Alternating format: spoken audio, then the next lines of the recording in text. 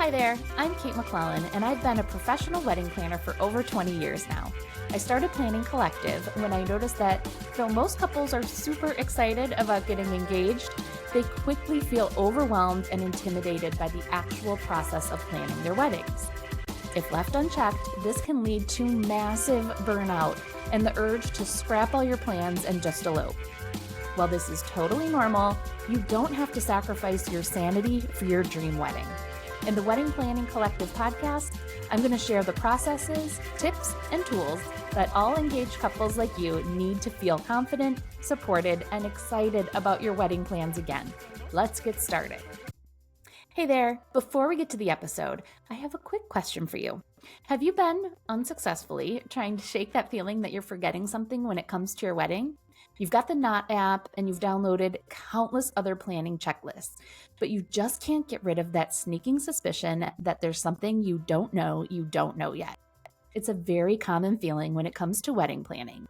So much so that I decided to put together a free resource to help get rid of what I call FOMO, the fear of wedding oversight. Yes, it does include that 12-month task checklist, but that's just the start. In addition to the ultimate wedding planning checklist, my new Don't Forget list also includes a wedding vendor checklist, your shopping list, a packing list for the wedding weekend, and a complete wedding item setup list to make sure that you are truly not forgetting anything when it comes to your wedding. And you heard me right, this list is free for you to grab right now. Just head over to planningcollective.com/forgetting and it's all yours. That's planningcollective.com/FORGETTING, and let's get rid of that FOMO together. All right, let's get on to the episode. Hey guys, Kate here. Welcome back to another episode of the Wedding Planning Collective podcast. Over the last 5 episodes, we've been discussing the beginning stages of wedding planning and how you can successfully set yourself up with a wedding planning foundation that is super strong. If you haven't listened to those episodes yet, make sure you check them out because those steps really are so crucial. And I know it is really tempting to skip right over them and get to the fun stuff, but take a few minutes, just a few minutes. The whole series is under an hour, under 60 minutes. And it can really save you a ton of time and money and stress down the road as you continue your planning. So it is definitely worth it. You can find the series over on YouTube or whatever podcast platform you listen on. It's episodes 112 through 116. And you can also get the Wedding Planning Blueprint series along with the workbook and all of the other resources that I mentioned in those episodes. And that is over at planningcollective.com/blueprint. We're shifting gears a little bit, and today I want to talk about a common holdup that couples run into while planning their wedding, and that's decision paralysis. I'll go over some common things that I see couples get stuck overthinking on, and then we'll chat about some simple ways to help you keep things moving. A quick disclaimer before we get started. This is a tough love edition of the Planning Collective podcast, but it's all in the name of keeping your sanity intact. So please keep in mind that some of the things I mention might be priorities for you, and that is totally valid. But after working with hundreds of couples, I've seen some common areas where people get way too hung up on. So if you catch yourself spiraling over one or more of these, consider this your permission to let it go and focus on what really matters to the two of you. All right, let's get into it. The first one is the perfect wedding date. Now, of course, your wedding date is important, but let's be real. It's important because it's your wedding day. Sure, it's great if your dating anniversary aligns with your dream venue's availability, but if it doesn't, don't stress. You'll still have a beautiful, meaningful day regardless of what the calendar says. Now, don't dismiss the things we talked about in the Wedding Planning Blueprint series regarding timing, like the time of year, any seasonal conditions or weather concerns, major holidays or local events, especially if you're in a college town because football schedules can be brutal on events, and any family conflicts or must-have guest availability. But beyond that, if you're stuck choosing between a couple of options, flip a coin and move on. And that is not the last time you're going to hear me say that today. You didn't get to pick your birthday, right? But it's still a special day to you. The same will be true for your wedding date. Number two, your wedding party's level of excitement or lack thereof. Now, I hate to be the one to say it, but no one is going to be as invested or excited in your wedding as you and your fiance. And that's okay. It doesn't mean your friends and family don't care, but expecting them to match your level of excitement for every little detail is just a recipe for disappointment. If you have specific expectations for your wedding party or family, make sure you're communicating that upfront with them clearly. But here's the kicker.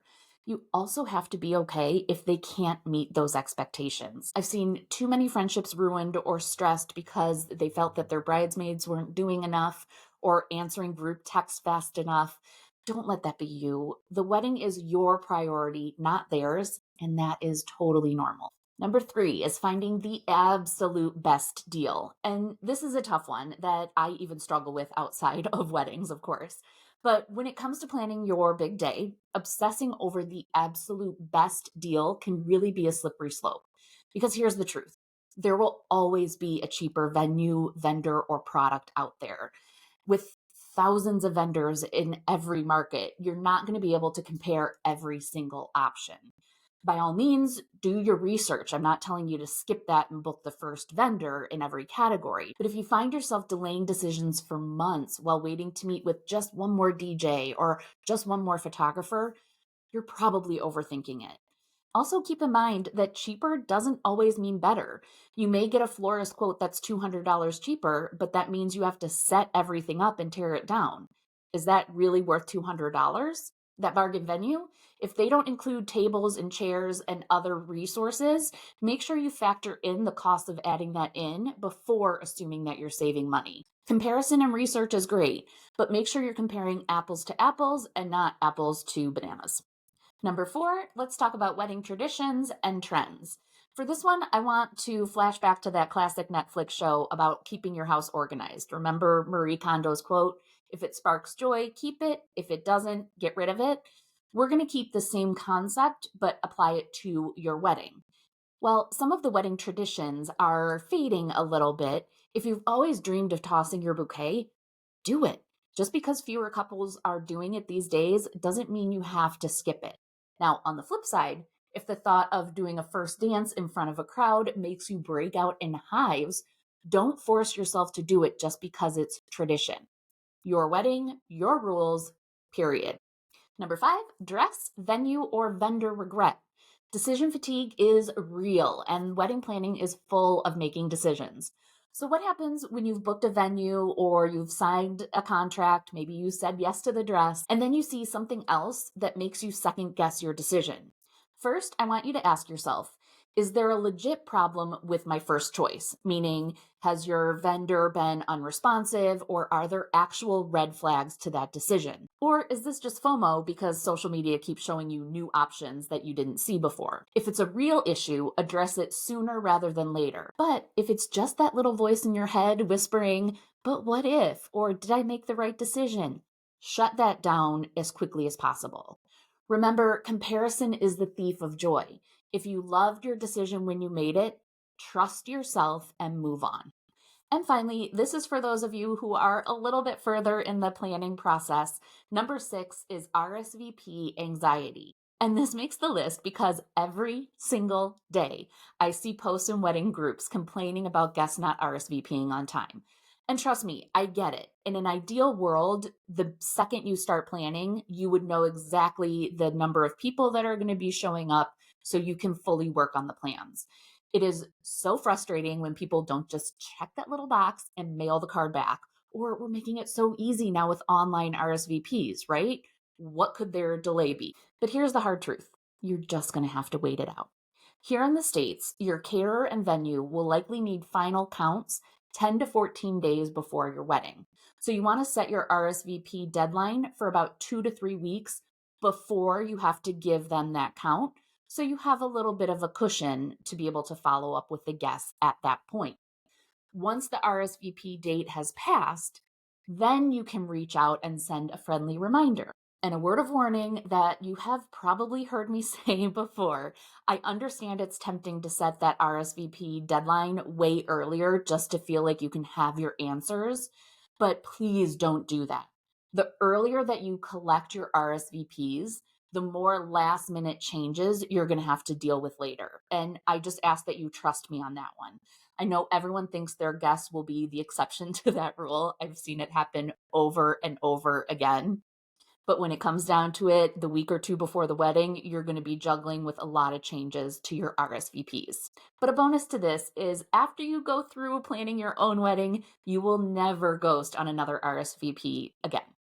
All right, so we've covered a little bit about what you might be overthinking, but now let's talk about how you can stop spiraling over your wedding decisions. Because let's be honest, overthinking doesn't just slow you down, it can make wedding planning feel way more stressful than it needs to be.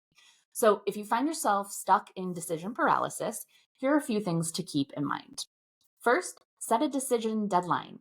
When you're wedding planning, every decision feels huge, but letting them drag on forever is just going to add to your stress. So set a hard deadline for when you need to make that decision and move on.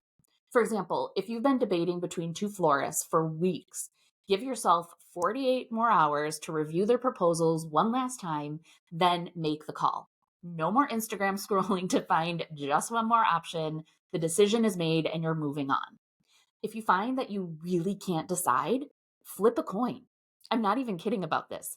If you feel disappointed about the outcome of the coin flip, well, there's your answer, right? Number two, ask yourself, will I care about this in a year? A great way to snap yourself out of an overthinking spiral is to simply say, will I even remember this decision a year from now? Because here's the thing, on your actual wedding day, you're likely not going to be standing up on the altar thinking, ugh, I really should have gone with a dusty rose napkin instead of blush. If the answer is no, you're not going to be thinking about this a year from now, then let it go. Make a decision and let it go. Number three, stick to your priorities list. We're going back to that wedding planning blueprint series that you hopefully made a list of your top priorities, the things that actually matter most to you and your fiance. When you start overthinking, go back to that list. If custom cocktail napkins weren't on there, but you're spending hours designing the perfect font for them, it's time to refocus. Let's spend that energy on something that's actually meaningful to you and your fiance. And again, if you haven't completed your wedding blueprint, you can find that free series over at planningcollective.com/blueprint. Regardless of what stage you are in the planning process, I highly recommend you take just a few minutes to go through those steps. Number four, accept that there's likely no perfect choice. One of the biggest reasons we overthink is that we're convinced that there is the perfect choice out there and we just haven't found it yet. But, spoiler alert, perfection is a myth. You could spend months researching DJs, venues, wedding favors, and there's still going to be another option out there that you didn't see. But does that mean the choice you made isn't great? Absolutely not. Instead of looking for that perfect choice or that final one option, look for a great choice that aligns with your priorities and trust yourself to be happy with it. And number five, give yourself grace. At the end of the day, your wedding will be amazing because you're getting married to your favorite person, not because you found the best possible font for your invitations, as much as that might hurt this wedding planner to admit. Give yourself permission to make decisions and move on. I promise future you will thank you for it when you're enjoying the planning process instead of drowning in unnecessary stress. So please try one or all of these tips next time you catch yourself spiraling over a wedding decision and let me know if they help. If you've already made it through some tough choices, what helped you move forward? Come share your experiences over in the Wedding Planning Collective Facebook group. You never know who might need that encouragement. And always, if you found this episode helpful, make sure you subscribe so that you can get all of the new episodes. And if you could leave a quick review, it seriously makes my day and it helps couples just like you find the resources they need. Thank you so much, and I will see you in the next episode.